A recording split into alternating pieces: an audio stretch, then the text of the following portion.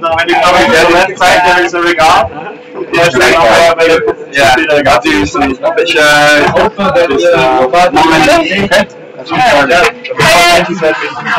Let's stand up. Yeah. So we're gonna start the meeting here now, I guess. But kind of first things first, we're trying to live stream this for any Slackline out there who want to be part of it. We're not certain how well it's going to work, but it will work better if everyone in here is on their phones on Facebook. So turning off Wi-Fi. If you guys would please not be on phones on Wi-Fi for an hour and help it, that would really help.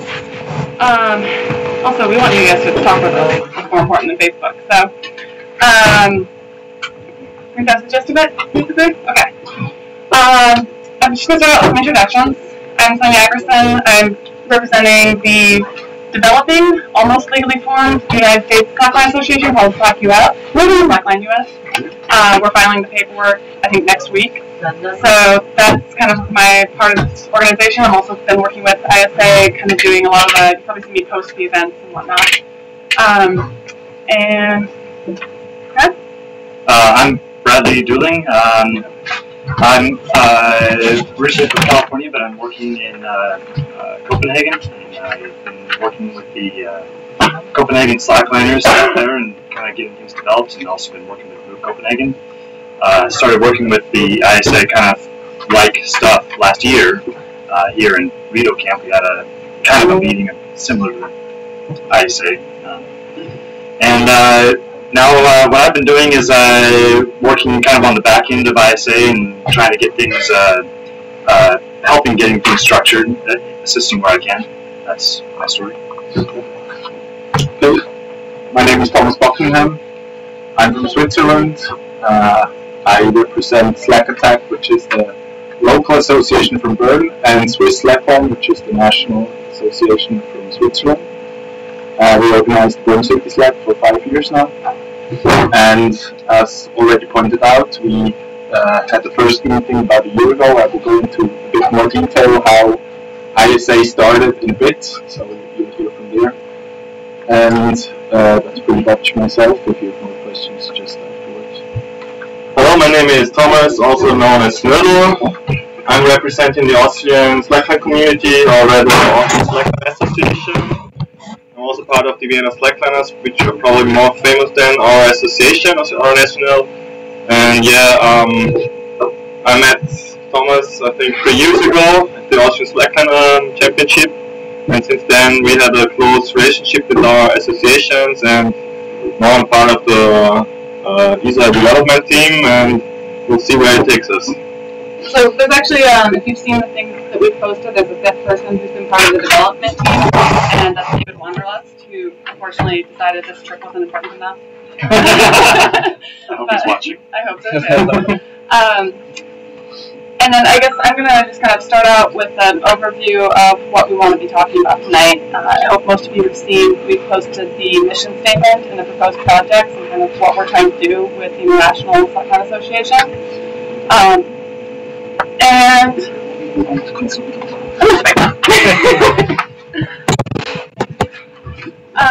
We've got 4 kind of key aims tonight of the things that we want to talk about and work with you guys with a little bit, which is first off networking. We realized I got into doing this kind of stuff because I started a website called Slackline with a friend of mine to do a lot of what ISA is trying to do, which is provide information on what's a safe rig, where can you buy the gear, what gear should you be using, and how. And that was a lot of work, and we realized that 2 graduate students could really get that done. So there's a lot of people doing the same things in different places, in different languages. And we're trying to bring all that together and sort of reinventing the wheel in every different country. Do one thing and then translate it and spread it. That's really the central portion to me of what ISA is going to be about. And that involves knowing who's doing what and where. So the biggest deal is networking, knowing who's interested in working with ISA and what their skills are, where they're at, what they're interested in. So we're going to do a little bit about that over the course of the meeting, kind of getting a list of who's here and who wants to actually help us develop. The second thing is to talk about the mission statement and the proposed projects. and then prioritize with what you guys think and what people online think are the most important projects that you could work on in the next few years. And then the last thing is, kind of combined with all of that, we're going to ask you guys to, if you're willing to volunteer to help develop these, what you want to work on, which projects you think are most interesting, where your skills are most useful, and try and sort out kind of who's working on what now and start working on those projects. So those are the 4 major topics, and we'll go from there. So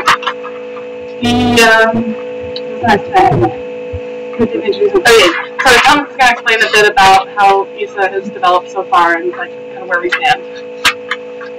Okay, so actually one of the first initiatives we took was already in April 2013, where I met with Noodle and we wrote a mail to all the associations we could find online, all the Slackline companies, basically asking to gather together and exchange their knowledge. That was a first email. After that, we formed a closed Facebook group, adding all those people that responded to us. And from then on, from April 2013 until now, this group has been quite active, on access right issues, and we exchanged lots of knowledge on different levels. But these were basically just multipliers, so heads from different associations, but not really any company involvement in this group. Then about a year ago, we met up for the first time here, and we decided we'll have a meeting. Back then it was the issue of maps, gathering locations in a map, and this meeting ended up in us talking about the International Slackline Association. So from then on, there was a core group, which you see here now today, which basically was talking a bit more in detail on how such an international association could look like, what would be the basis of it, and obviously Snoodle representing the Austrian and myself representing the Swiss Slackline Association. We looked at this from a national point of view, and these guys were thinking about evolving their own communities, so they looked at this whole issue from that point of view. So then the second meeting was in Ostrov at the Island meeting, where other people actually gathered, and we also made a protocol, and different issues, tree protection mostly, access issues were discussed then. Actually, these 2 protocols, you can look them up online. I think they're already posted on our Slackline International Facebook group. So they are online. And also what I'm talking about here, this list of things that already happened, you can also look at that stuff on the Facebook group. I think then really the starting point for this development team was the letter to Cliffmore. Most of you probably have seen this letter where Cliffmore put highlining into the same corner as free soil climbing and base jumping. Thank you very much. Definitely. So basically, this was the first mediation of us towards the public perception of what highlining is, right? So that was basically more or less the starting point for this development team. We had already been working on the development team when that letter came out, but we weren't quite ready to say that we couldn't sign it as ISA. That was kind of our first project unofficially. Yeah. And from then on, we started collecting mostly emails from even more associations, and also from all the responses from the Cliffmore letter. And we created this online survey, which probably most of you have seen, which mostly Bradley did. We then sent out this survey to all the people on this list and also posted it on Slack chat, and we now have about 120 answers from this survey. And this survey, this huge amount of data, was the basis for what we've seen now as a mission statement and the proposed project. So it's really coming from the community, what they would like in a mission statement and that projects. So that's it, that's a shortcut. If you want a long story, you can look it up online. And you can ask us, that's the biggest thing for us with ISA is that we're Slackliners building this. We're building it for each other. We want you guys involved. We aren't, any questions, please just ask. Yes, to make it clear, it's not the 4 of us which are ISA, it's all of us. Yeah. So if we're talking about ISA, we're talking about all of us, we're talking about all the whole Slackline community worldwide. So it's also you guys who are ISA, don't forget that, okay? Cheers. Thanks. I have a question. Did Flipboard, very short, did Flipboard react in any way? Over the general outcry of highlighting is not the same as base jumping, they did change the wording in the original post to say highlining, not slacklining. But they've never actually clarified that there's a difference between highlining and free solo highlighting, or even that highlining is far less dangerous than even top rope climbing. They never sent an email back to us. They never responded to us directly. But we did have over 300 signatures on that, and 20 or 25 companies and associations signed it. I think it's a pretty cool thing. Let's see. So the next thing I want to go over, by the way, we're trying to make this fairly short. We'd like to be done with what's on our little agenda by 9 o'clock, give or take. And then anyone who wants to keep talking, we can keep talking. But we don't want to spend all night, going over an agenda while you guys just listen to us speak. Not so much fun. So, want to start with this, Lucia?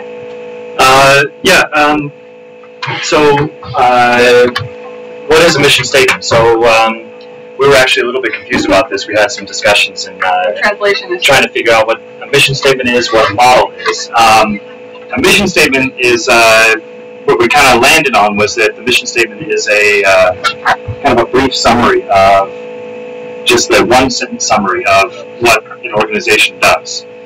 Vision, you could say. So what we landed on was just our one sentence, and hopefully you guys have all read the mission statement. We'll pass a couple of these around soon, so you can read it too. And then there's also the model. Now the model is how the ISA will actually work. The fundamental structure the ISA will function from. There's a lot of work that needs to be done on that, and that's not anywhere in that's in the development right now. And we have a pretty sloppy, pretty complete draft. It needs a lot of work still, and there's still room for input if anybody wants to be involved in that. in fact, the entire mission statement and all the proposed projects in here are completely up for people's input. And that leads us into how the mission statement was created. We got these 120 survey responses from this questionnaire we sent out. And these 120 responses, I think, totaled something in the realm of 15,000 words that we went through, and we read every single one of them, and repeatedly. Yeah, read them, reread them again, and then what we tried to do was to find the most fair way to get all the voices condensed. What we ended up doing was we actually made a chart and kind of filled out the vote of each thing. So, for instance, there was the question of why do you think there should be an ISA, or why do you not? And in all of these, we had some responses that were 300 words long, and we went through these responses and had really amazing responses, outrageous, like how good the people, how much work people put into this. We went through each one of those responses and pulled out kind of key words or key thoughts that go along the line of what other people said. And so from that, we got maybe you could say a prioritized list of all of these responses. We then took these prioritized responses and then kind of the quantitative analysis and gave it a little bit of a qualitative edge to that. We used those quantitative results to better interpret all of the important things that people were saying, and all of the really well-written sentences that people gave us to go on. And that's actually where we got the ISA mission proposed projects and mission statement. And that is completely built from the community. This is not, it's our interpretation of what people said, but we did our best to be completely true to what everybody wanted to be said. It was our best shot at it, and we're looking forward to hearing more ideas, more input, and see how we can perfect the mission statement, maybe perfect the proposed projects, and prioritize that way. And as far as prioritization goes, we're actually going to have somewhat of an informal vote at the end of this meeting. We're going to pass around these papers that we're going to pass around the mission statement, and then also a short list of projects that didn't actually make it into the mission statement, that they didn't really have that many people asking for it, so we didn't it didn't really make it too much in the mission statement. The reason we're going to have this vote is because when we've talked to people about this, about the project, about the process that we've gone through on this, and we've shown people these the proposed projects and whatever, a lot of people have gotten like, oh, I didn't think of that one. I would have said that if I had thought of that. Everybody says gear rigging safety is an important thing, but not many people have talked about communication resources.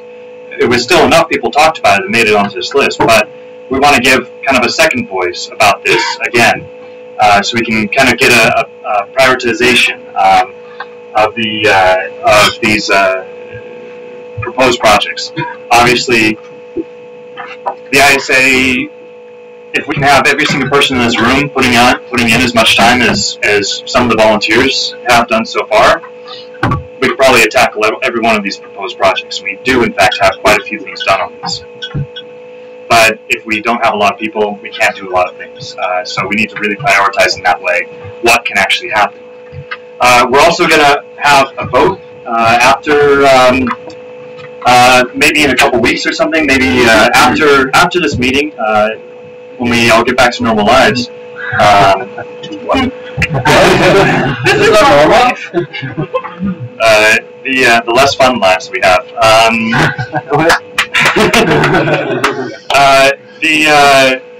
We're actually going to make another survey. We're going to actually make kind of a voting system.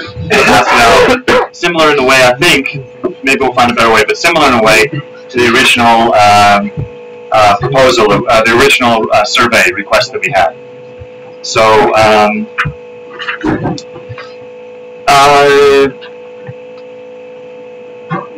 yes, we have 4 main categories of these proposed projects. Well, we're going to kind of break it up into the 4 groups, the 4 main categories, and actually see if we can get just a little bit of feedback from you guys, questions you might have about each of these 4 sections that Sonia has written for us. And I'm going to sit down so you can see them.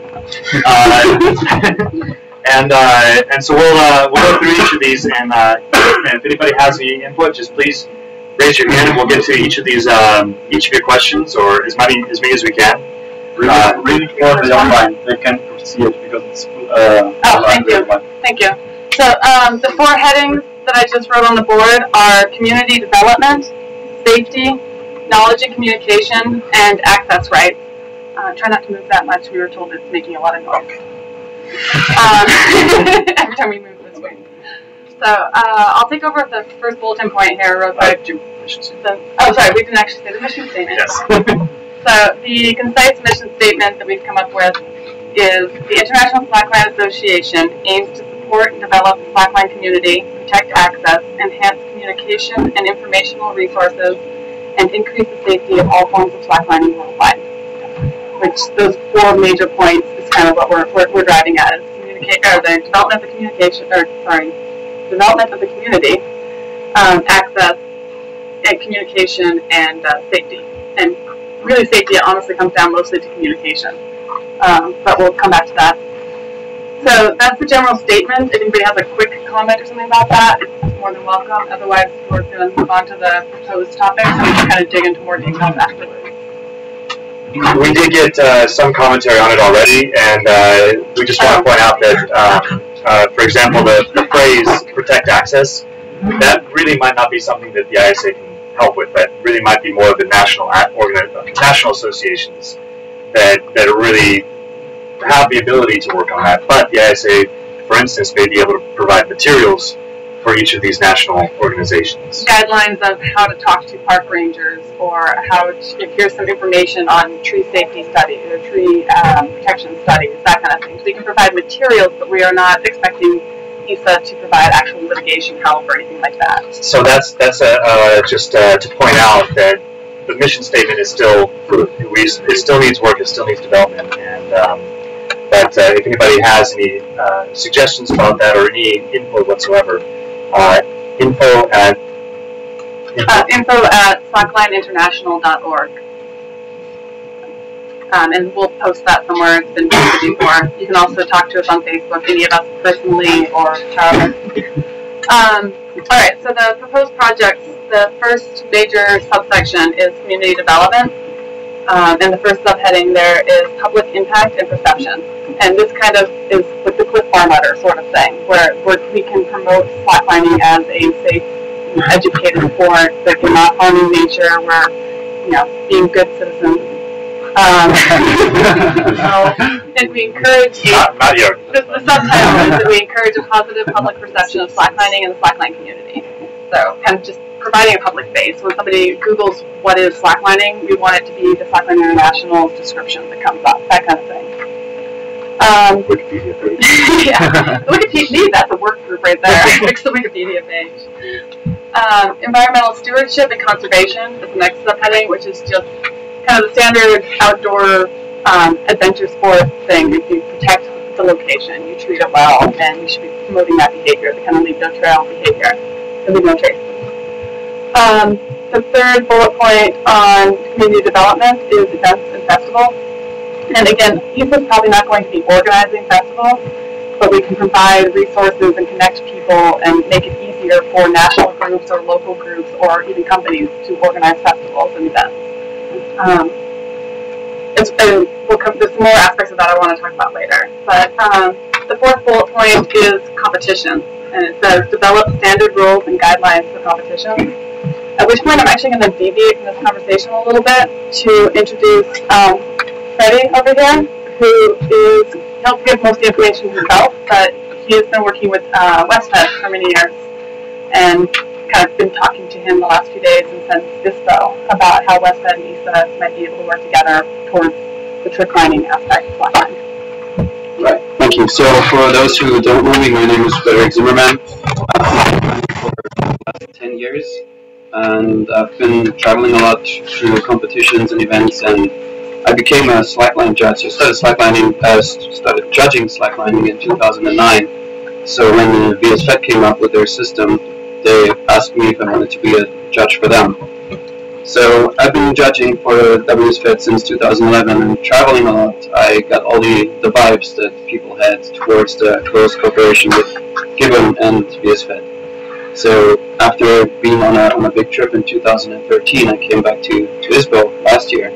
And I said, hey guys, we need to change something because this is not helping. And they actually agreed. So we worked towards the neutrality of VSFED. And all the decision makers from Gibbon stepped down from an active role of the WSFED last year. And the cooperation with WSFED and Gibbon got terminated by the end of 2014. And the two still working members on the board will be not working for Gibbon anymore by the beginning of March this year. So we did everything to try to get away from Gibbon and be neutral as much as possible. And then we started talking at ISPO this year how ISA and WSFED can work together, and I think we're on a really good path right now. And I think we agree on the main topics that WSFED has a lot of expertise in judging and competitions and organizing events. And we try to want to keep that, but also work together with ISA as much as possible. I think the consensus on this, if people want to talk about that more, that's not what this meeting's about, but we'd be glad to talk about that after the meeting, and I think Freddie's willing to talk about that more afterwards as well. So we don't want to get too off topic here. Sorry about the computer.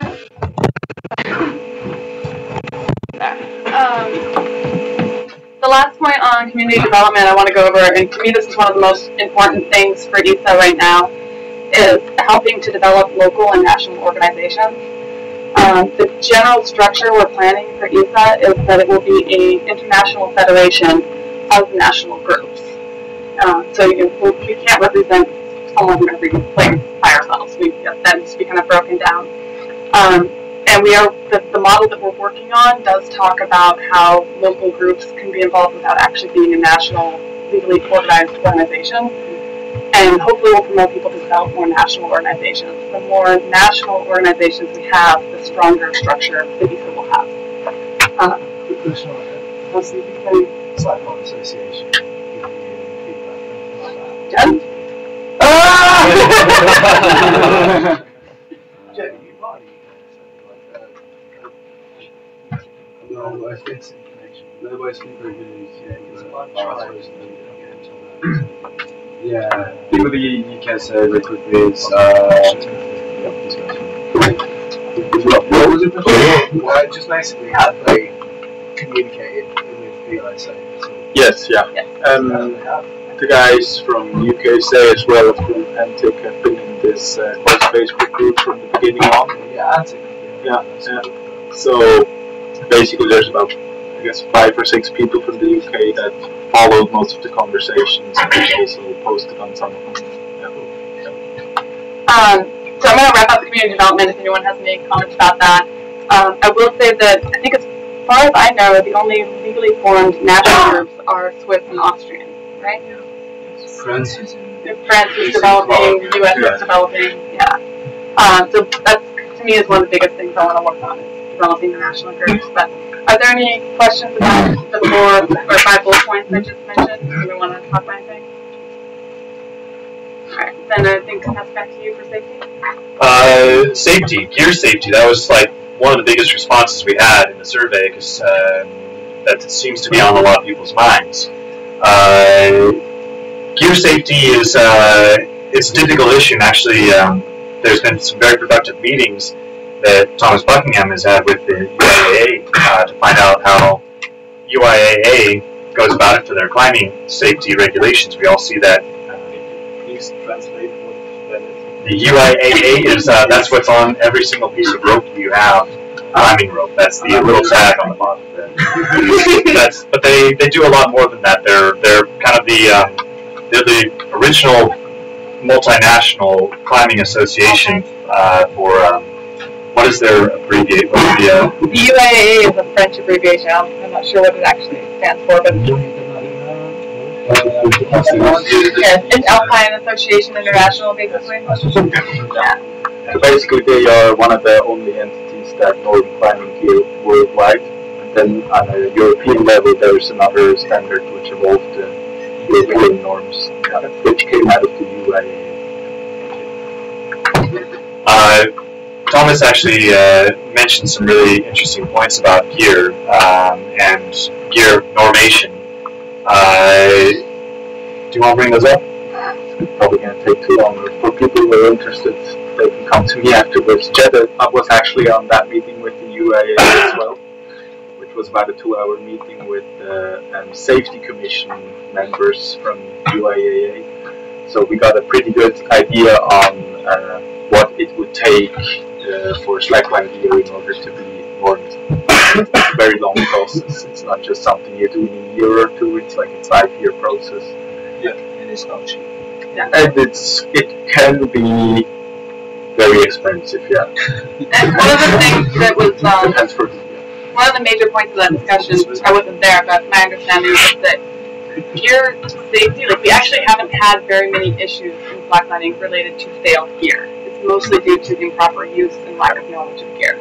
And so when we talk about gear safety, the bigger issue is communication of knowledge we already have, which needs to be presented. Disseminated. So there's these two worlds, right? There's the normation world, which is very well known from every piece of climbing equipment which is written, the norm is written on. Then there's the even bigger world of education. And that's where actually most of the incidents that take place are located. It's not in the normation world, but it's in the educational side. And that's something we should really focus on even more. And that's a good time to bring up once again that the proposed projects are developed out of the survey results we got from all of you guys. The proposed projects may not be something that can be done, so that's just to keep in mind. With gear safety, that'd be nice to go that way, and you've talked to everybody, and everybody really, really wants that. But it's what can be done and what should be done is maybe a different story. But for one, I'd love to see something like that, but that's a very big process. Rigging safety. Develop recommendations for safe gear usage and rigging practices, as well as resources for rigging education. This ties in quite a bit to the next section, knowledge and communication, the next section of the mission of the proposed projects.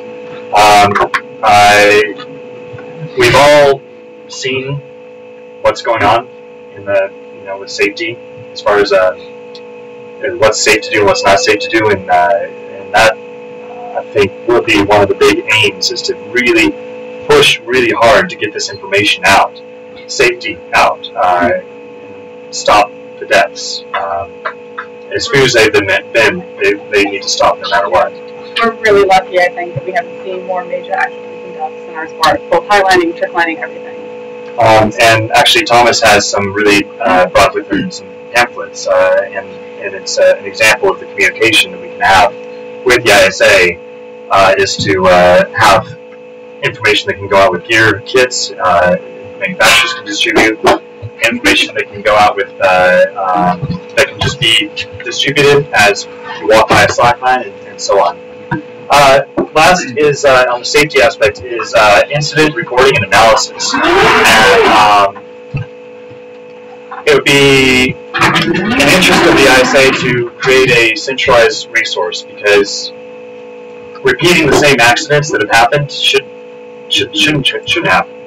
And if we have a better resource for that, for example, try loading carabiners. It's still an ongoing thing, and it seems to be something that people don't want to, that don't really, seems to be something that people don't really understand yet. And so a central resource for incident reporting, tracking accidents, failures, near misses, injuries, damage, and death. One central resource hopefully would be aiding the community. Maybe somebody want to say something about the accident report? Yeah, basically we started in the Austrian Slackline Association, started in 2011 or 12, I'm not sure, but we put an accident report formula on our homepage, which just collects accidents but also near misses.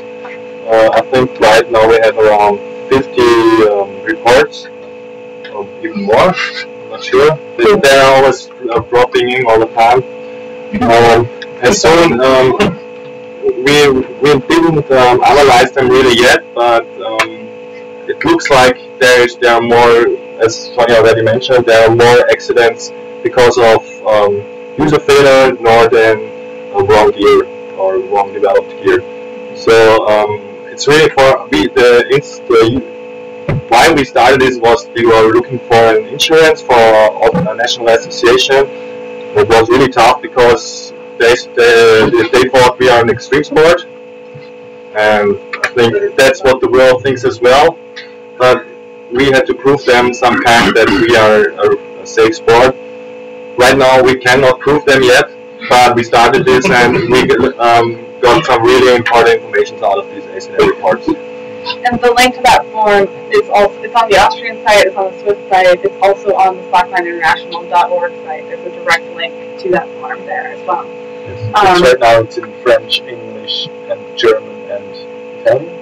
Yeah, they have it probably in all languages. Which so I think it's quite a good form. It's already up in version 2, and if any other language is interested in having such a form, it's really the easiest way and just translating the main things. We'll talk more about translations then. Is there any questions on the safety section of the proposed projects? Do you have a plan? Because well, now all the people sitting around here, I say they know what they do, and they know how to rig, and there will always be people that are just stupid. Sorry to say so, but there will always be people stupid. Say, oh, I got a trick line or a wretched slackline, whatever, and they won't be able to. They will be able to see what we do, but they say, I know myself better than that, and do you have anything planned to do against that. Just to tell people, don't be stupid. we can do our best to help people don't be stupid. I think the only thing we can do as in itself, the whole community, is share information, talk to people. If you see people in the park, tell them what they are doing wrong, but in a kind way, not go there, you stupid idiot, what are you doing? No, seriously, it works better at try talks.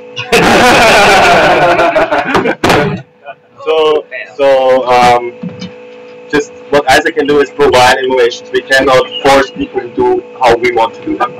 But we can also encourage, just a second, we can provide information, but we can provide information in a way that, like, any one of us in here could make a flyer that says this is safe rigging, this is not safe rigging. And that's, to some extent, what, like, Swiss Slackline, Austrian Slackline have been doing, and that's great.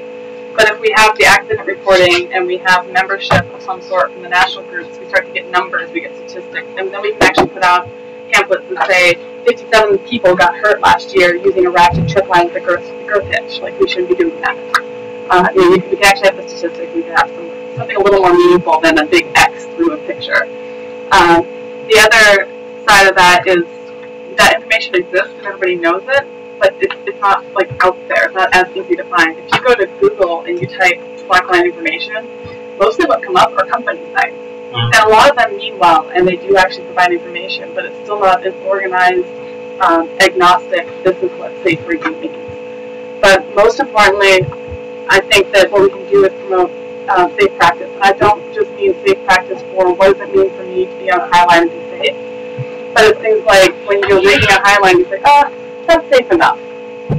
It probably is safe enough, but somebody else who doesn't understand the gear and they see that rig, you're not teaching good practices. I haven't died from it before. Yeah. Obviously, that's also a problem we see here. I mean, I had to close. We re-rigged today, I think 3 lines. I re-rigged one for but before we re-rigged them, there were people on it, and it was clearly that there was something not right with the padding or with the line lock or something else. And guys, just open your eyes. I mean, you're not stupid. I mean, safe enough is not. It's safe enough. It's not safe enough. Just because someone before did a leash fall doesn't mean this line is still safe afterwards. Okay? So open your eyes, don't be blind, and don't trust in the rigging of others. I mean, it's your life, and if it's gone, it's gone. Okay? And a little less aggressively. Let's just all teach good rigging by showing good rigging. I think the answer is there is not one solution. Yeah, to what you were wishing. Yeah, no, it's.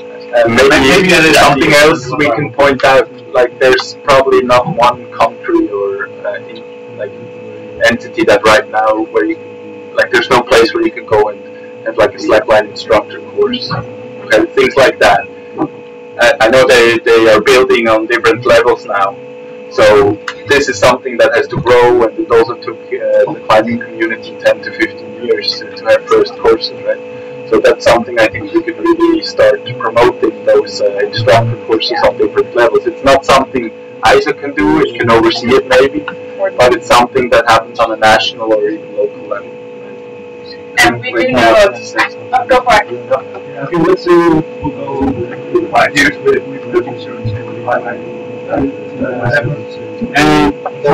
as an accident because you didn't make a proper rig. Guys, there's an idea that there's going to be a safety rigging schedule, and you should do this to get insured. Otherwise, you're not insured. That kind of comes from the certification, possibly. Like for Slackline US, we've been talking about certification, but we haven't decided yet on how we'll do that. One of the things that's come up is something kind of like the skydiving logbook, where you say I've rigged this many lines, and that's part of how you get certification. And maybe that involves taking pictures of the rig. Maybe every line you rig, you take a picture, so when something fails, you know what failed and why. That's a good question, but it's not something we've settled on yet. We do know of, I don't know, maybe at least a half dozen groups right now that are working on certification programs. And personally, I think it'd be great if ISA could oversee that and make it more of a cohesive, almost internationally recognized, but nationally decided program. Another thing maybe that jumps into that is like to get insurance in Switzerland right now. We're working with insurance companies on how to do this, and basically what they came up with is that we need some kind of checklist. even for association trainings in parks. So in order to have insurance for a training in a city park, you need to fulfill this checklist, and somebody needs to sign it. It's completely bureaucratic, and I actually hate to do this, but it's like the only way we will get the insurance. So this is something that will be included then in this instructor course, that this instructor actually has to go through this checklist with his group in order to get insurance for this specific training. It doesn't mean that when you go to the park you need to do this all the time. I just wanted to say, in terms of safety, like, the question really isn't like, can slacklining be safe? It's like, we know how to make slacklining safe. Like, the question is like, how do we make most people understand that it's like a cool thing and it's a sick thing to make the thing safe? Like, if we can like collectively just decide to like actually make it as safe as it can be the most fun, in my opinion, fucking ever, and it can be the safest thing ever, and you can do it all the time, and it's fucking rad. Like, why don't we just do that, you know? Like, you can put pressure on, like, also, like, as a whole, we have to remember that we have, like, a lot of power, and we can put pressure on different companies that don't sell, like, Tree Pro, or, like, selling a ratchet line with a ratchet that's too powerful for like, you know, trick line that's sketchy with a square edge, so they sell a ratchet that's not as powerful as your carbon extensions. Like, we can, like, collectively put a lot of pressure on. We have a lot of power together, so I think that's worth remembering. Yeah. That's actually what a lot of the conversation was last year here in Turkey. Sitting right over there, when this all started, we started out actually talking about Slackline maps and data and how we shared locations. And it was supposed to be like 4 of us meeting. It turned into 25 of us talking about meeting an international association. But one of the major topics was that if we had that international association, we might be able to do something where we said, here's a guideline of what the International Association thinks is a safe line of this type, of that type, what a safe tension or safe working load limit is.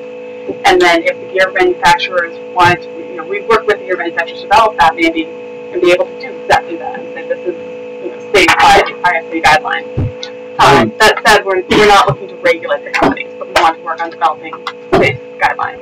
It could be like a long-term goal to kind of convince companies to just add a guidebook like this, do that or don't do that, so it's a safe rigging or not, just like write to these companies. I mean, it's not a goal that can be achieved like in a short period of time, but just like writing an email, yeah, we just made up this guidebook of do's and don'ts, and it's like, it'd be nice to add it to it. Because the Austrian and Swiss associations already made a flyer which showed some principles, like don't use alubiners and stuff.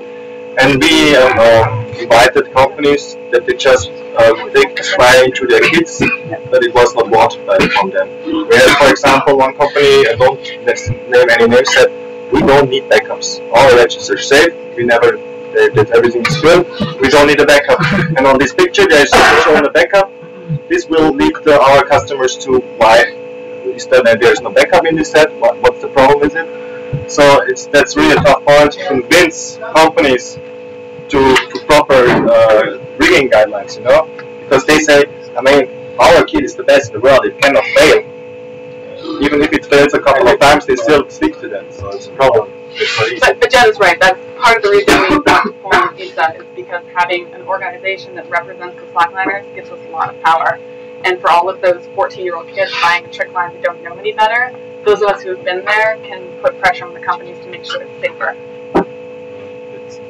Do you have a plan what you want to do in the future? I know it takes a long time. No, we had... my first thought in mind was like, well, let them have a stamp or something, which they can put on their gear if it's approved by the ISA. That's actually exactly how or very, very close to how the UIA label works. And that's a possibility. In fact, I think that's may end up being the easiest way. Right now, as far as on the proposed projects go, for the gear safety side of that, it says in conjunction with gear manufacturers and third-party volunteer engineers, people that are completely not involved in any monetary way with slacklining whatsoever, develop elective guidelines, so guidelines that manufacturers choose to follow. Develop elective guidelines that for slackline companies to follow regarding gear and testing methods. That's very broad, very general, but it's a possible way to go. There could be some other plans on that.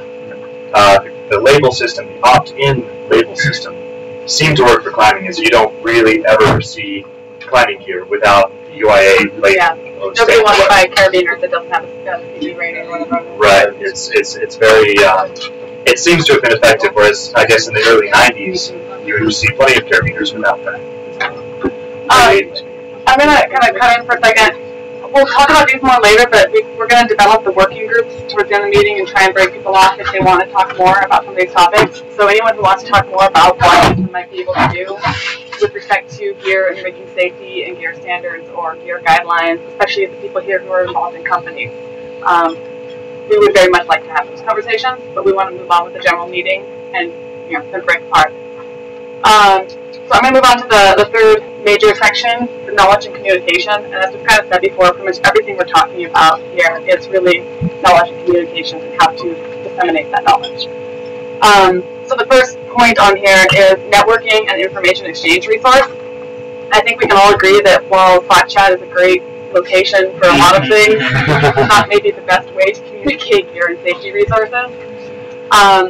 Or even just slacklining knowledge and news in general.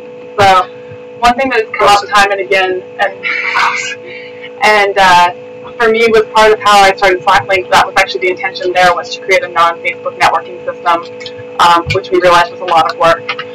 And there's a bunch of different projects I know of like that. So one of the things that we have been working on, and we kind of have a working group going already, is how to break away from Facebook, or at least drift away from Facebook, to create a other resource for communication and networking within the Slackline community.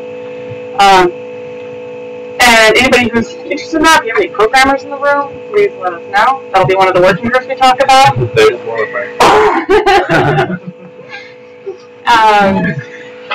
The second bullet point in here is compilation and distribution of knowledge. So like we've kind of said, we have this crazy Dropbox folder, mostly due to this guy here, these two guys, that it's broken down into, I think, 19 subfolders, each of which have subfolders of all sorts of information and documents and protocols on how to do this and how to do that, and meeting notes from talking to UIAA, etc., etc.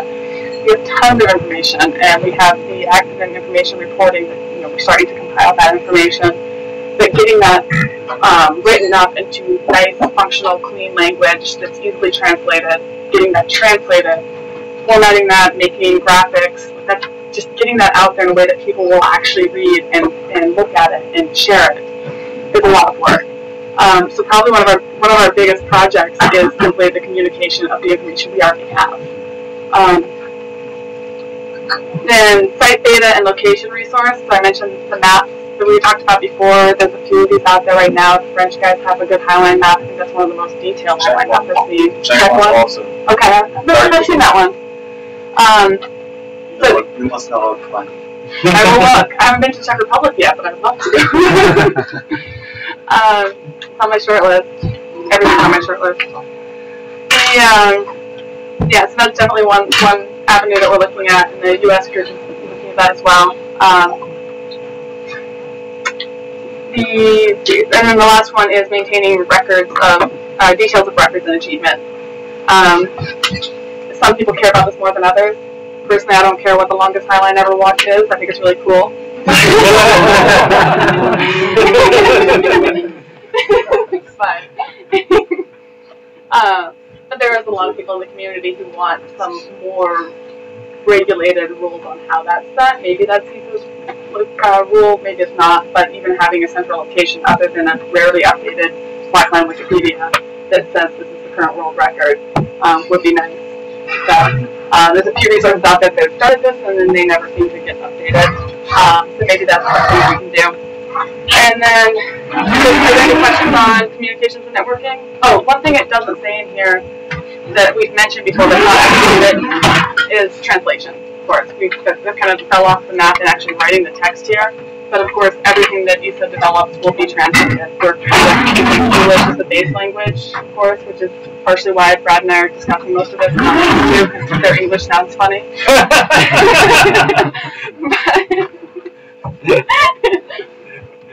But of course, we're translating that.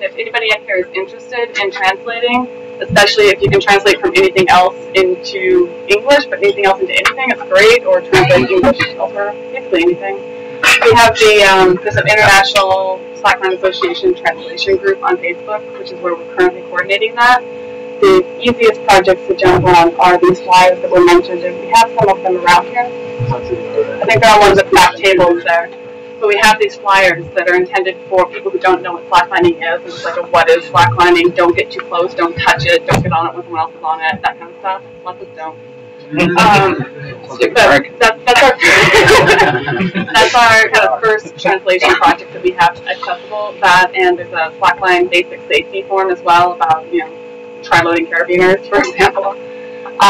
Those materials are already there and ready to be translated and easily adapted in the graphic design to print in whatever language. And then all the rest of the materials, of course, that we have will need translation as well. So, are there any questions about knowledge and communication? The Dropbox you told us about, is it accessible to everybody? What's the status on that currently? No, it's not accessible. It's huge. You almost need a paid account for that. Yeah, it's not that we're being secretive, it's just a big file. It's not the best way to. It's not organized well enough for just immediately disseminating all knowledge. Especially if you don't German. Once I found it, I already started to start breaking it down into the important stuff. And I think we're gonna have to open a completely new Dropbox folder with the most important stuff in it. And then I saw you also have now a Google Drive. Yeah, we're trying, but it's and I would print the French document. Yeah, but it's basically gonna look something like this. Maybe we can merge those together. So that will probably end up being a working group as well, who wants to work on organizing most useful available files. There are also a lot of unfinished documents in this Dropbox, so it should not be open for public because the documents which are for public should be finished. If you are willing to work on these documents, there's absolutely no problem that we will open this documents, but not open for the public. I have a question, Sonia. Yeah. There has been a Slack wiki. It's still alive. Yeah, so if you're talking about Slack wiki, it's part of the Slacklink site. If you go to slacklink.com/slackwiki, capital S and W, that also, but if you just go to slacklink.com, that actually is like the first thing that shows up now is an iframe of the wiki. Whenever I find the time to do it, Slacklink will be reorganized as primarily focusing on the wiki. But the idea is that all the information there, Slacklink is going to blend into the US National Group and the ISA. There is a Slack wiki there. It's open. It's freely editable. You have to make an account, but that account is free. It's just an email address confirmation. I can give anyone that information if they want it, but just slacklink.org, LINK, and feel free to add and edit. Absolutely. Can you open the door for a while? Things are so hot here. Thank you. You also have a question? Yeah, about the communication part.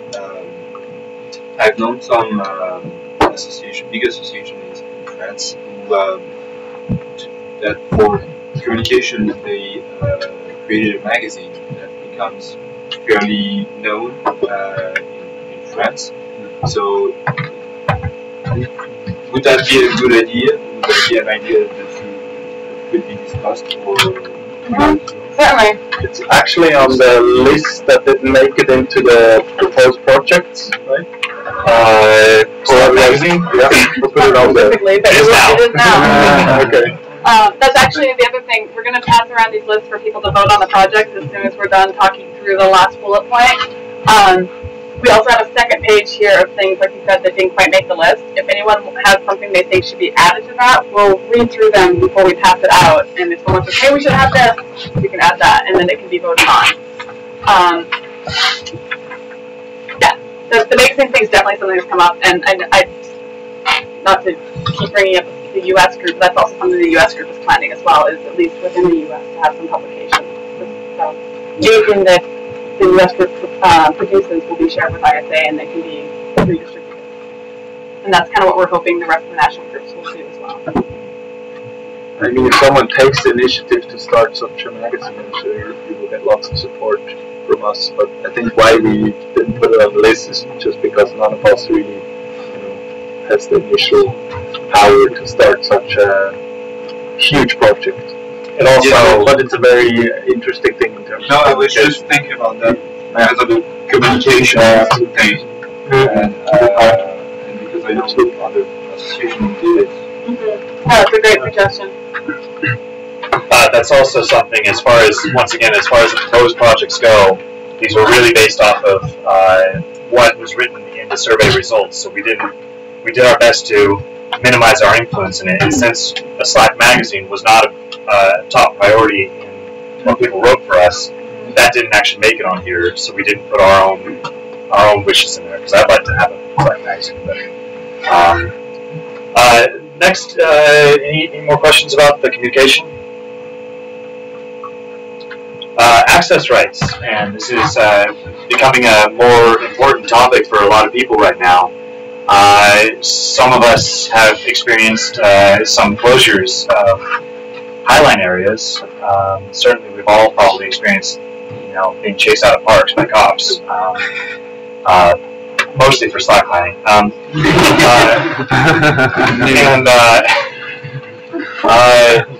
So access rights is obviously a very huge issue. We need to protect slacklining and access obviously.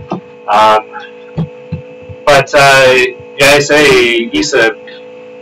is not the people that can step into each country. As we said before, we can't step in and tell your government to reopen the cracks. We can't communicate with your local climbing groups when you have issues with bolting. That's not really the resources that ISA has. But the ISA does have the ability to centralize all of these resources. If we get more participation from the community, so we can get all these same issues that these people went through, that those people went through. We can get those all together and find some correlation, find some way to make it as a central resource. So when somebody has an issue with access rights, boom, your national organization can protect you. Your national organization has every bit of material they need that we have to give to protect the access to whatever. What Fredrik tries to say is that ISA never can replace a national or regional association. They can just support them. But the homework they have to do themselves. And that's why you can really see that a lot of these proposed projects are really interrelated. Develop local and national organizations. That would be one of the big features of developing local and national organizations, is as a resource for communicating for your own governments. Environmental impact data. Gather and summarize existing environmental impact studies related to slacklining and encourage the continued research in this field. That's kind of a no-brainer there. We certainly have an impact on the places that we go to. One of them being placing bolts, another being damage that we might do to trees, or leaving trash on the ground. All of these things, it would be nice to have that as a resource to go on as well. That gives some information, some background to access rights. Additionally, that also really helps. Again, going back to other parts of the proposed projects, it's going to really help with public perception. Keeping a good image for slackliners. That's a really big time push that the climbing community had all through the 90s, and they are really broken out of that now and have a good, I think mostly a good stewardship, a good view of their stewardship. And if we can nip that in the bud, and if we can tackle that head on, that will really potentially save ourselves a lot of problems in the future. And access rights, coordinating contacts. Hopefully, we can develop our own network of people. We can develop our own network of maybe lawyers, maybe advocates, people that can provide information, engineers, environmental engineers, whatever we need. Park rangers, everything. Find some sort of network, build some sort of network of people that can jump in and really help when there's maybe the emergency happen, or help develop specific things for specific countries. That's just more supportive access rights. And to me, that's what I think I kind of do a lot of, is just coordinating contacts, not just in access rights, but everywhere. Within access rights, maybe we say we know that Judd's been working with access rights in the UK and he's had a lot of experience in this one area. When someone has a similar problem, we connect the two of them and they can talk. That's part of it. For the rest of these projects, like coordinating contacts is probably going to be 50% of what ESA can do. It's just tell people who's doing what and how they can help. So that's all of our bulletin points here. So, any questions about access rights? Yes. Is there, because when you're trying to negotiate with the local official public administration, the access right or highline spots, if you're just a group of 10 Slackliners, it would be nice to have a way. Is there did the ISA register in any ways officially somewhere, and that would allow to have a number of Slackliner, an average number of the Slackliner members of the ISA, and give support. Like when you go to an official administration, you say, okay, we have the ISA with us, it's maybe 1,000 Slackliners, and not just 10. The official administration will care more about negotiating something with us. Don't you think this would just help if you get this first organized on a national level? Because I know you have 25 associations. Yeah, of course it may be, of course. But then you already have 1,000 Slackliners, you know. But maybe to answer this question, ISA is not founded yet. It's also not registered yet. Right now, there's a development team based where 5 people are working in it. We are looking here for new volunteers for this development team, and right now we are working on a base which the ISA can be placed on it afterwards. So ISA will also not be founded tomorrow or in the near future, hopefully in the summer or 2016. But as good things take time, ISA will take some time. And as I said, we need to build this base of a reliable personal network first. And we need also a number of national federations that exist. Right? It's also important. Right now we have the 2 of us, the Austrian and the Swiss. USA will be soon, maybe hopefully Germany, France will follow. And this will be 5 or 6 national federations, and that will be a base, but they need to exist. Yeah.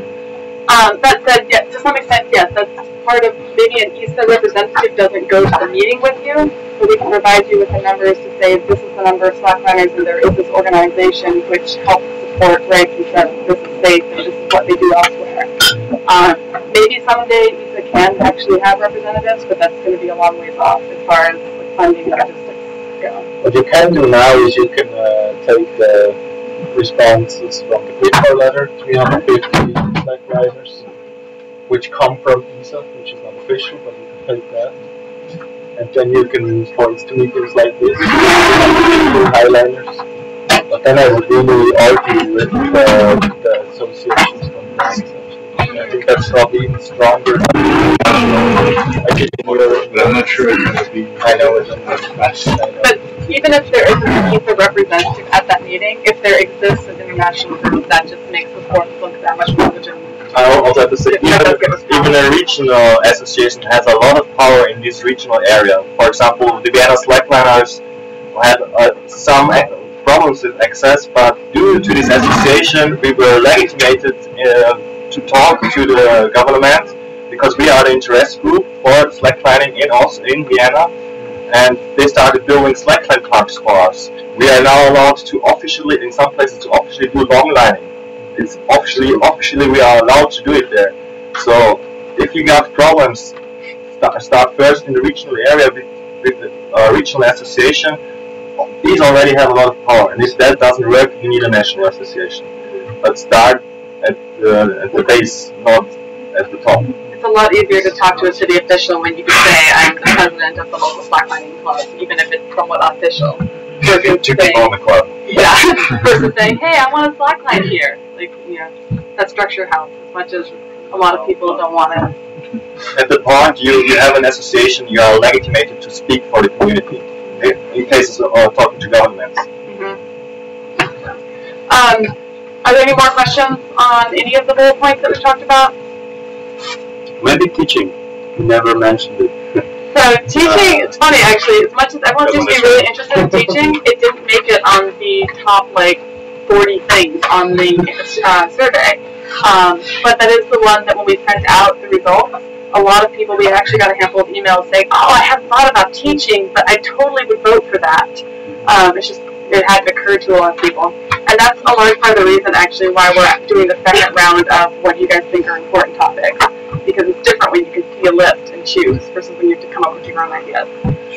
So as for teaching, again, this comes back to coordination. I know there's, I think, a half dozen groups working on some sort of certification. And that is a working group that we will be developing. But it's not one that we're probably going to talk about too much tonight just because it's a really big issue. Yeah. Just like for the future, in every, sport or whatever, there is trainings or instructors. So also here, there should be a common knowledge about what an instructor in slacklining should be. And how cool would it be if you go to a festival where all the lines were rigged by a certified rigger? Maybe I also can jump in here. In Austria, we are already working on a slackline instructor, which means we are teaching people to lead slackline courses. It's all in some kind of a prototype right now, and Swiss Slackline Association is jumping in as well, and they will improve it. They also have a lot of knowledge with teaching. They just have not written it down. Probably Isaac gonna also take it then over. So, but it's something you have to work on it for years until you have something which is fitting perfect. Yeah, of course. And I also think that it's something that you have to realize nationally. For example, I know that in France you cannot have a sports instructor. It needs to be the Ministry of Sports and Education. So if ISA steps in, it doesn't matter. So that'd be more where it's really with the federal, the national federation. That would be more where the ISA can provide the materials to provide the knowledge, but not the actual certification. Teaching certification. But ISA can help coordinate people who are organizing coursework and maybe set a somewhat standard structure. And so here's the material, here's what a level 1 instructor is, and then each nation can, each national group can adapt to that to their own law. It's like my Olympics. Yeah. Let's not start about Olympics, it's a whole other topic. Give it a joke. Yeah, okay. The teaching thing. I'd be really interested how many people that you did already Slackline workshops. Not only teaching 1 or 2 who did Slackline workshops for more than 5 people? Well, who didn't? Now, okay, now here's a different question, sort of, but I'm curious. Who got paid to teach a Slackline workshop? What? Who's gotten paid to teach a Slackline workshop? It's different. It's a different number, but it's still an interesting number. 10 to 15. Yeah, which is about what, a half of what is that first?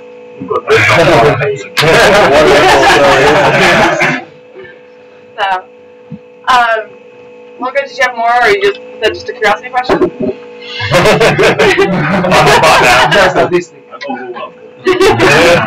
We all. I have a question if the teaching part is done. It's not obvious topic now, but I know you're putting a lot of work in it right now, and many people that will put a lot of work in it. And it's everything I know, at the beginning people do that with lots of enthusiasm and they burn themselves all the time. So the next point should be payment for it. Because you're all doing that, or let's say we are all doing that beside our time, beside our job, our studies, whatever else we're doing. And not in the near future, but in the middle distant future, there should be some way that the ESA can pay for all the work that's done. And I know it's I've done a lot of work in that case. In the first few years, you really organized, you're motivated to do things. after a while it's just like, oh, I'm burning myself. I can't do it anymore, and I don't want it to happen that to you or anyone for sport we love. So I think it's a very important part.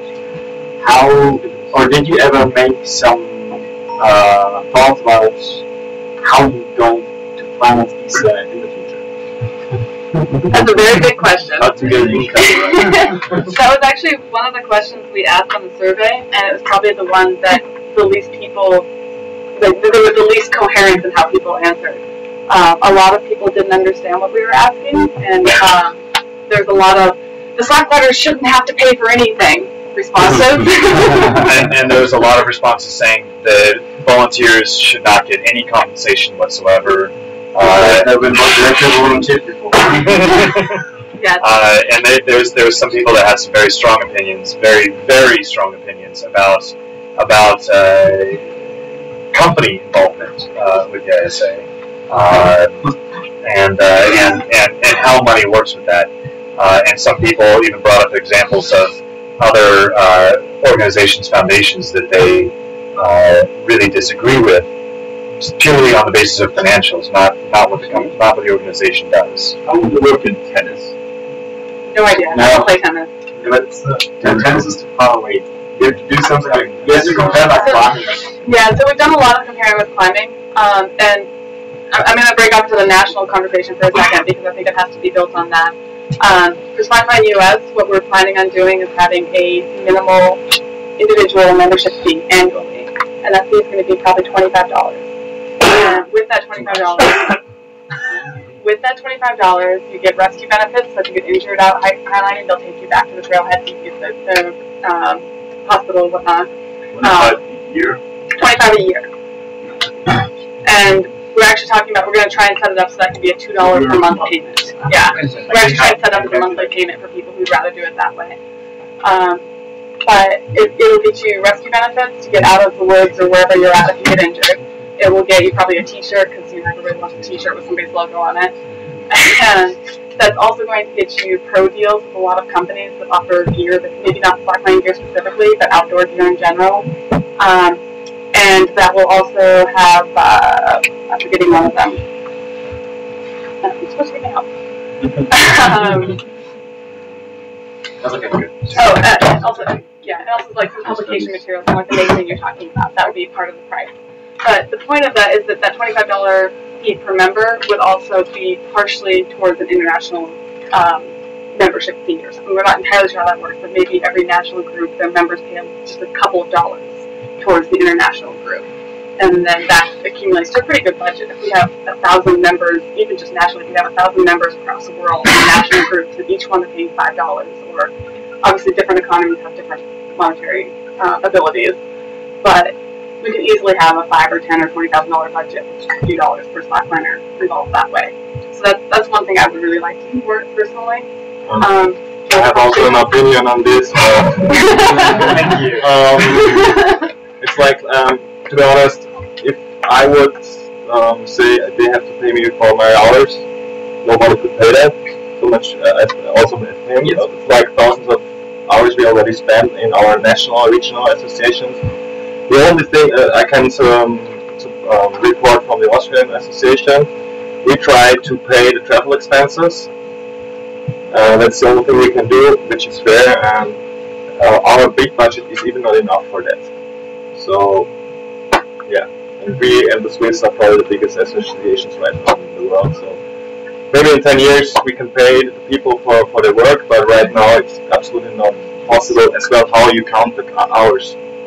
As well, when I'm working for ISA, I'm also working for my national association, and I'm also working for my regional association. So who is going to pay these hours? So no one. I'm gonna be rich. I mean, if you look at it maybe from the UIA standpoint of view, that's a quite interesting comparison. I think they also have national memberships, so every country is a member of the UIA or the National Climbing Club. So basically, what's going on there is they have, after I don't know how many years they exist, 30, 40, more. They have 3 people working in an office in Bern, And none of them climbs. They're all sports managers. They do administrative work. And every other person working for a UAA, and these are hundreds of people, they don't get paid a single But there's a catch there. That's where they catch. But the reason that they can do that often is because they're people who have good jobs, and a lot of those jobs are working for rock climbing associated companies. So that's So they have lots of people involved in all these different stages of the structure, which work in some way for other companies, not in the Gear Safety Commission. These people, most of them are engineers, and they all work 3 hours. They do it for the honor. I mean, I also do it for the honor. I use the stuff I worked in my CV, and when I was in a job interview, they were most interested in my Slackline career and what I'm doing with the association, and probably that was the reason why I got the job. So you can, if you have something for yourself, also about it work. Yeah. Because it shows the people that you have empathy. You can work on your own. You're looking to various work and do it. And that's something really well. Yeah. And then there is the sponsoring side, which only works if you have a stable base already, which for instance ESA does not have right now.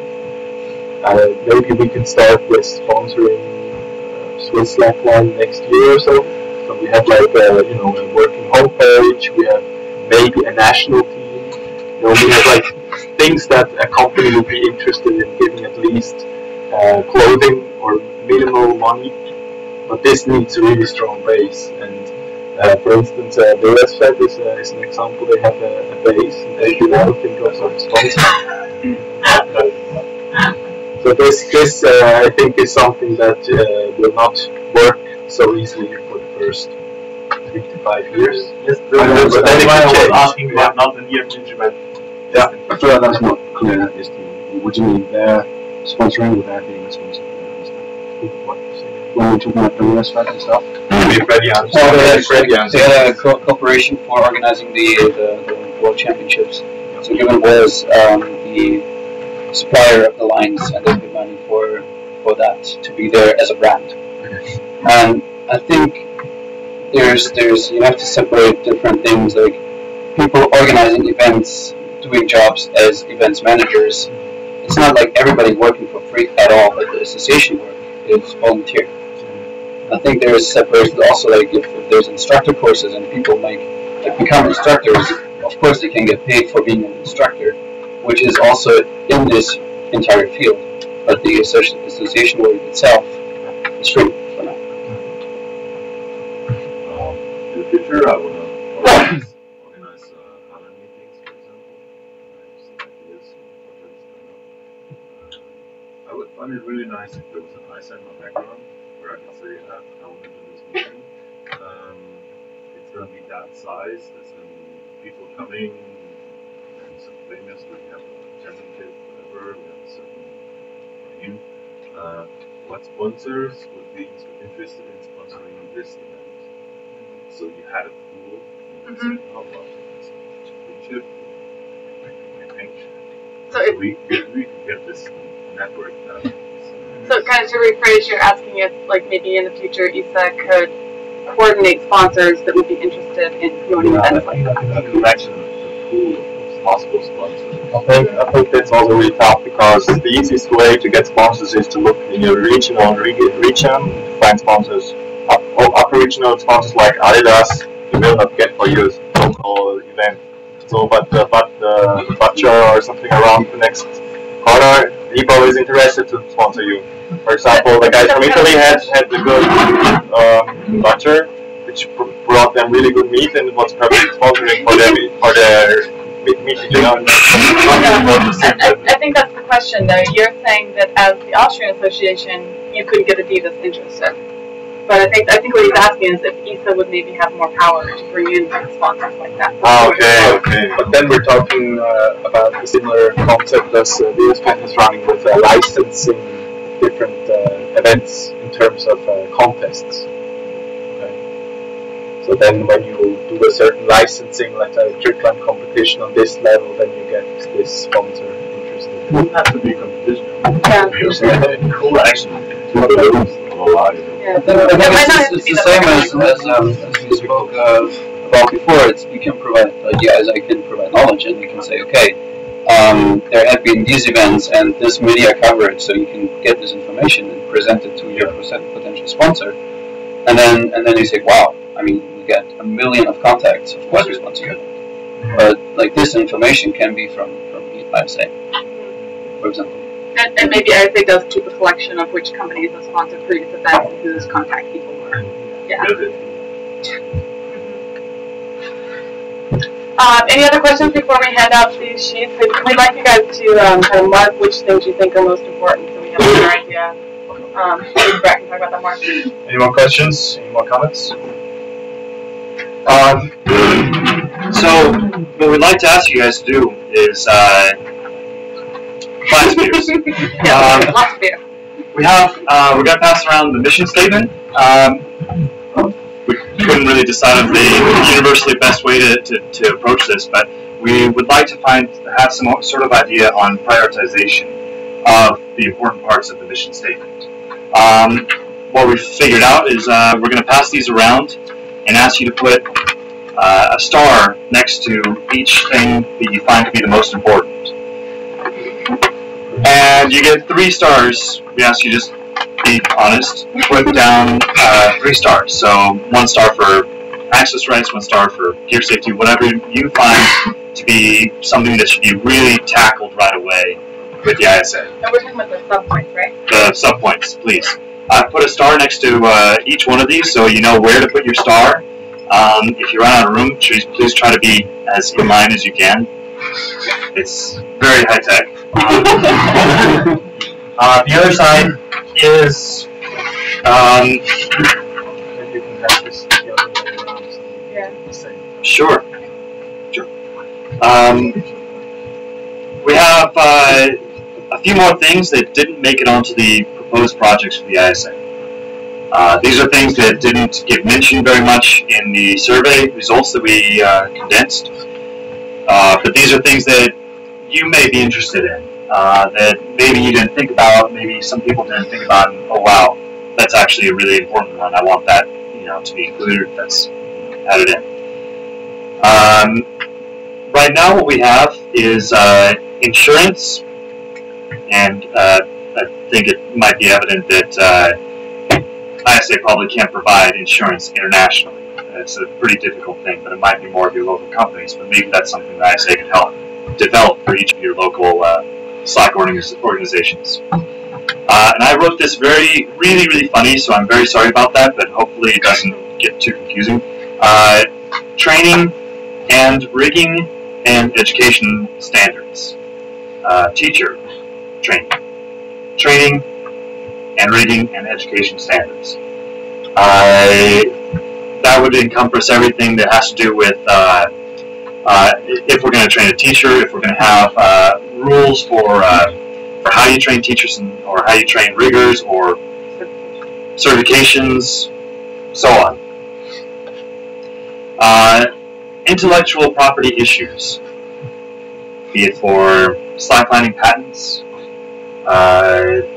gear patents, whatever, publications that need protection. Is that an issue? Do you find that to be important? Picture copyrights, I think it's really important. Picture copyrights. Individuals. Interesting. I think that's a really Yeah, because that's definitely if we're getting our photography stolen at a really awful rate right now. And we mentioned it before, but translation, that actually didn't really get onto the proposed projects again because it didn't get voted up highly, but that's integrated into this thing. How far does translation need to go, perhaps? Does it need to be translated into Swahili? Hopefully it does. Shares liquors. There are. Yeah.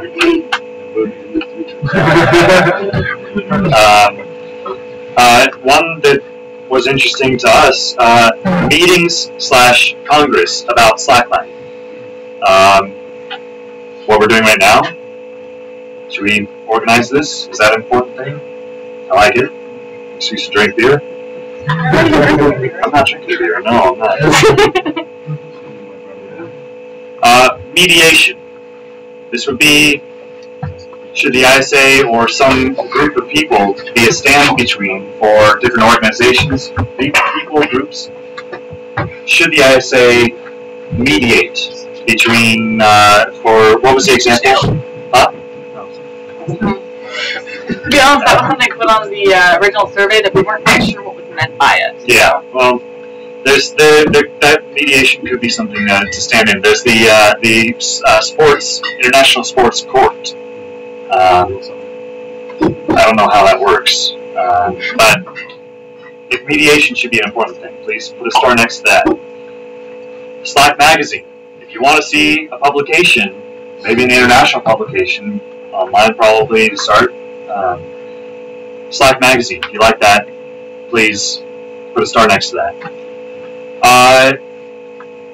Other suggestions? Does anybody have anything else to put on this that you'd like to see get a star? Get some idea that should be included in this. Olympics. Oh wow. What do I do with this? I'm not sure yet. I want to test the reaction. What I learned in Slackline, never say impossible. So I'll put on here Olympics. Oh, really?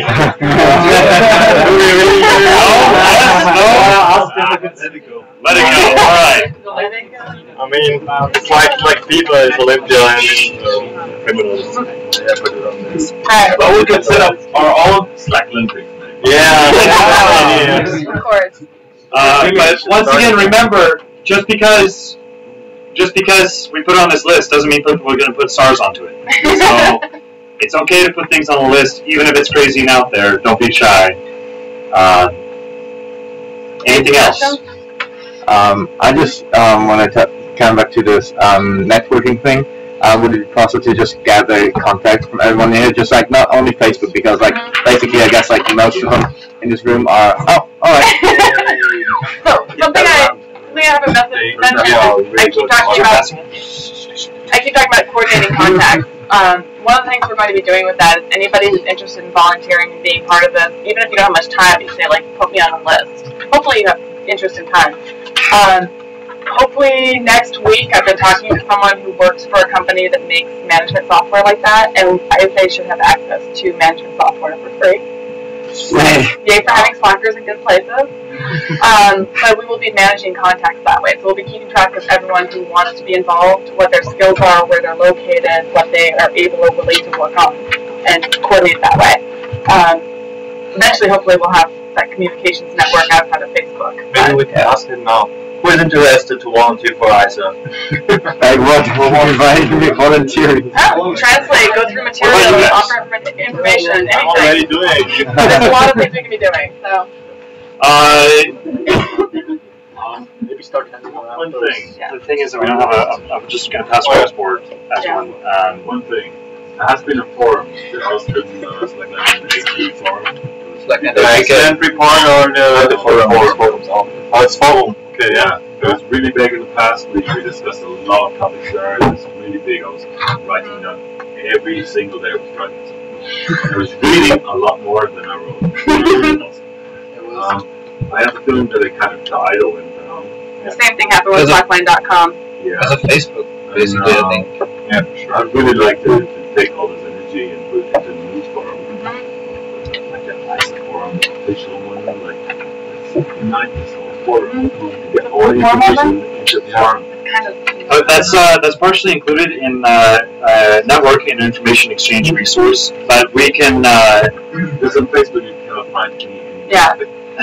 So towards that, when I mentioned having Slackliners in useful places, there's actually a programmer, Slackliner in the US, who already has taken the Slack chat archive and has a database set to update it every night, and we're working on putting that into a system where you can vote on what's worth archiving.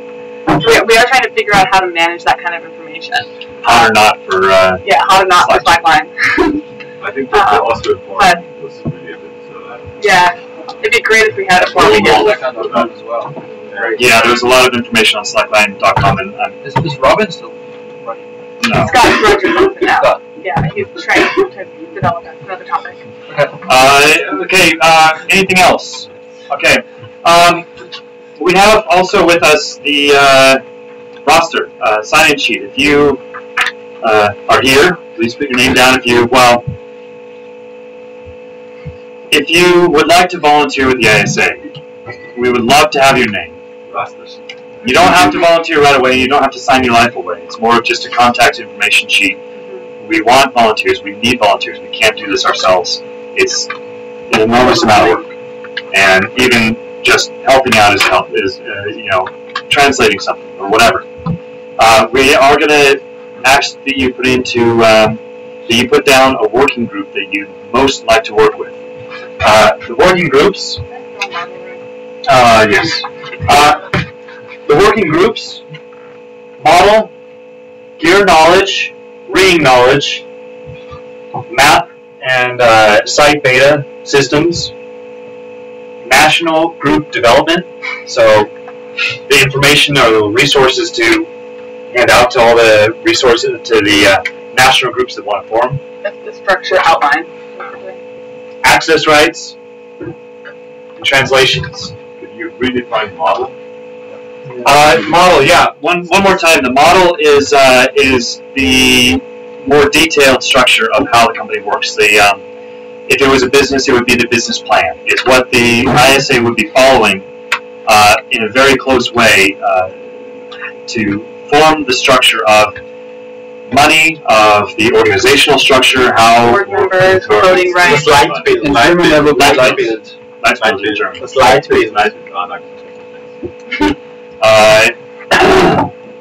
So again, the model is going to be the foundation of the organization. So if you're interested in the details of like how does ISA actually work, who gets to vote, how are corporations involved, the companies involved, like that kind of stuff, you might want to be involved in that working group. And there's actually the UIA model must be around 100,000 words. It's quite huge, but it's already there. It's a good, there's a lot of resources out there to build it. So it's actually not going to be building Rome in a day. We also already have the yeah, for example, we need a vision about why do we want to teach Slackline, for example. Is it somewhere? No? That is up there. We kind of teaching certifications is something we have on a list of working groups. We weren't sure if that was something we should put on the list here. If you might as well put it up here since it's been a topic.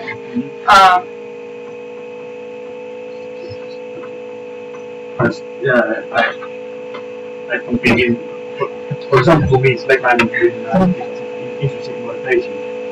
It doesn't care if you're winning or if you want to lose or something. But yeah, it's scary. For me, it's really important that it's just about exploring and having fun outdoor adventure, all these kind of stuff. It's something we can agree. But it's also something that should be important. If, for example, we do lessons to teach how to Slackline, that's really important. Why are we teaching Slackline? This kind of stuff. I guess that's. And we have to represent the whole thing that we are doing. Like this philosophy of it. That aspect. And I would add to national group development. That's another part of the model. We don't have a that's a good point to point out. Just to clarify a little bit, this isn't. These 3 words or whatever you write down isn't going to be the only focus. It's more of just the broad working group around these things. So national groups would include local groups. So it's like nonprofit organizations. We can put that on here, but then it's actually kind of a small box to write in that. So for anybody that puts down national group, would just understand that it means also helping develop the resources to form local groups, right? Well, like us, I mean, how universal can it be when we are talking about a national group development because it's always different process in different countries. It's always different, but a lot of it is the text. Like we've spent many hours writing things like what is slacklining, and what is what defines safe rigging, all of that kind of stuff. There's so many vague questions that we can answer. There's also things like pretty much. I don't think this is very different nationally. If you have a nonprofit, you have to have a president and a vice president, etc. Defining the board structure and how that works, and like coordinating within the nonprofit. When I think of national group development, what I'm thinking of is a packet of like 5 or 10 pages that says, here's a picture of what the organizational structure looks like. Here's basic text that you can add to your bylaws. Here's examples of bylaws that people can use. That kind of stuff. Not to detract from a good conversation, but I kind of need to pass this around. Sorry, guys. And we can continue our conversation. We can have more discussions like this in defining these things while this is being passed around. But these are the main work groups that we have here. So please, put your name on the list. Please include your email. And then a working group that you most prefer to work with as a volunteer. We have a volunteers group on Facebook, and we'll add you to that. Or add yourself. Or you if can we're add not yourself. friends with you, we can't add you. Yes, please. Add yourself to the volunteers group on Facebook. That's where that's a central resource for coordination. We hopefully will have more specific projects for people to focus on. Right now, as we've done it, we've posted up hey guys, can somebody take the lead on this project here? We haven't had anybody actually take the bait on that. Nobody volunteered for that. So we actually, we're going to really hope for participation from you guys. So again, pass around this sheet. Please include your name, your email, and the working group you'd like to work with. Please put 3 stars on the mission statement, and 3 stars, you get, on anything else in the sheet that was not included, I guess. Sure. 2 stars. 2 stars on this one. So we can have a little bit of prioritization and understand the weight, the value of these things. I got one more thing. Sorry, you've been waiting for a question for a while. Okay. Oh, sorry. We go ahead. You can pass it around, but I'll talk while you do that. Sorry. And last thing, inside this folder, there's more copies of the mission statement and proposed projects. Please go ahead and grab a copy out of the folder. There's only probably 25 left, so fight over the last copies. And I'll take this out. Okay. I just got one more thing because because I think like mail delivering system, whatever, Mailverteiler is in English. Well, Mailverteiler, yeah, like most Germans go, and like mail delivering distribution, whatever. If you want to have be part of that, just put a star underneath it, and if you're okay to just give me this context, I just can build up mail thing. If you're willing to have your emails shared amongst the group, mailing list, anonymous mailing list. So it's really easy to put that up from uni, so I just basically can do it in 5 minutes. So we have a basic communication system. I can email just a whole list and not just address everyone personally. So if you're willing to have your mailing list or your email on a general mailing list, please put a star next to your name. I think if you put your email on there in general, you're willing to let ISA contact you. If you put a star next to it, then we'll create a mailing list anyone can email to. Does that make sense? Right. Very fucking clearly. Go please. No, not please. Do it. Okay, so yes. I know after this meeting there will be lots of discussions, and people are already trying to sort themselves into groups with what they want to do and what they absolutely do not want to do. And I know that you 4 guys already have your part in what you will be doing in the future. I'm pretty sure Thomas will be in gear knowledge and ring knowledge. And so I think it would be nice if you say, or if you have an idea, you say, I will organize myself in gear knowledge. So I think you will be the person we come to and speak to you.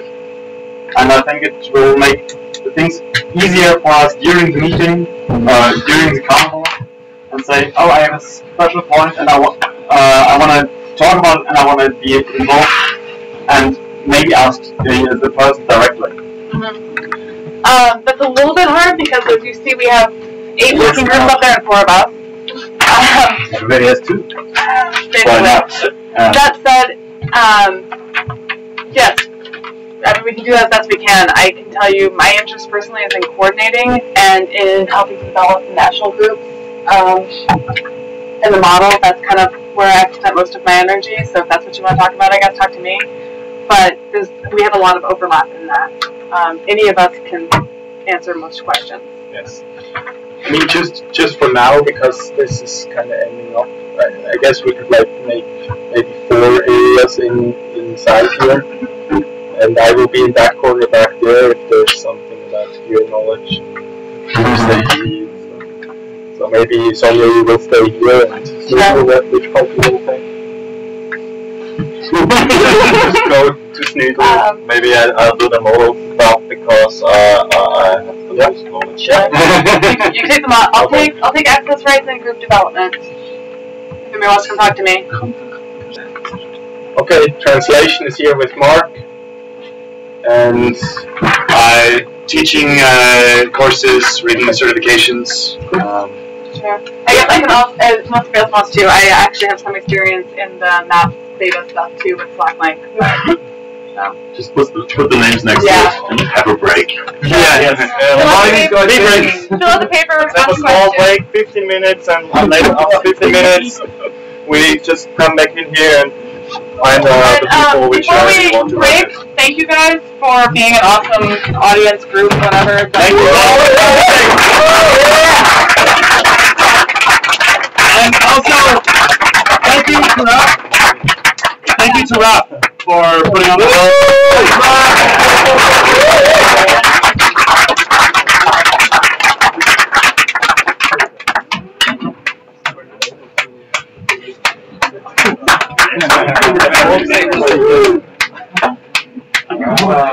Sure, it was clear.